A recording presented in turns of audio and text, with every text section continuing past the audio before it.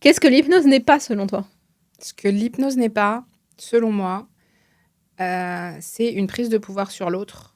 Souvent, on peut croire, tu vois, quand on regarde les spectacles avec Mesmer ou même les spectacles d'hypnose de rue, que la personne qui t'hypnotise, elle prend le pouvoir sur toi.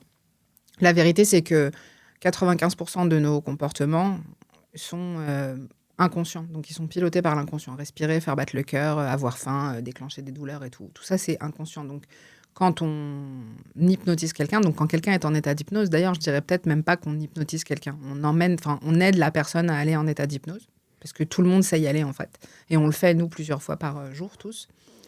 Quand on fait ça, en fait, on rend le pouvoir à la personne.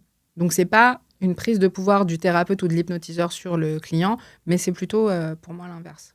Et c'est pas non plus un truc magique où c'est le thérapeute qui va faire le travail. Tu vois, parfois, il y a des clients qui peuvent s'attendre à ce que moi, j'appuie sur un bouton et tout à coup, ils fument plus. C'est pas, et ça vient du fait que c'est pas une prise de pouvoir et que c'est pas quelque chose qui prend l'ascendant sur l'inconscient.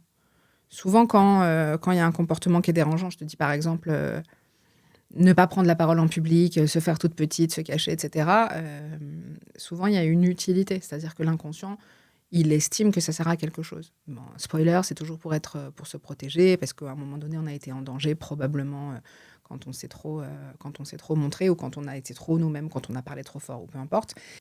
S'il y a une utilité à se cacher, s'il y a une utilité à fumer, s'il y a une utilité à peu importe le comportement aussi destructeur qu'il soit, c'est pas juste en t'hypnotisant et en disant vas-y, s'il te plaît, tu peux arrêter de fumer que ça va marcher. Tu vois, c'est pas j'appuie sur un bouton et le truc marche. Il faut que ça vienne de l'intérieur de la personne.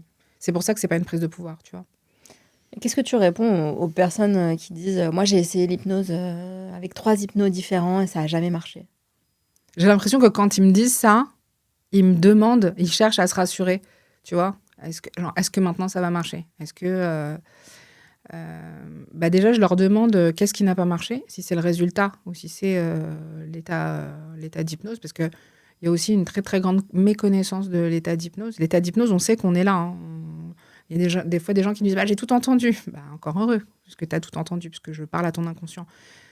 Et donc, il y a des gens qui pensent ne pas avoir été en hypnose, alors que les états d'hypnose, bon, ça oscille, il y en a des très profonds, des pas très profonds, mais l'état de base, on est quand même conscient, quoi. Enfin, on est toujours conscient, quoi qu'il arrive. Donc, je demande si c'est ça, ce qui n'a pas marché, ou si c'est le résultat. Parce que pour moi, c'est deux problèmes différents. Et du coup, si c'est le résultat, par exemple, tu dis quoi? Si c'est le résultat, après, leur question... quelle est leur question, tu vois? Ils me disent ça n'a pas marché, mais qu'est-ce qu'ils attendent? Est-ce qu'ils attendent... Je me souviens d'un truc où tu m'as dit, en gros, que la personne elle t'avait dit ouais, j'ai arrêté de fumer pendant 6 mois et après j'ai repris. là, Donc ça a marché. Ah bah oui, ça a marché.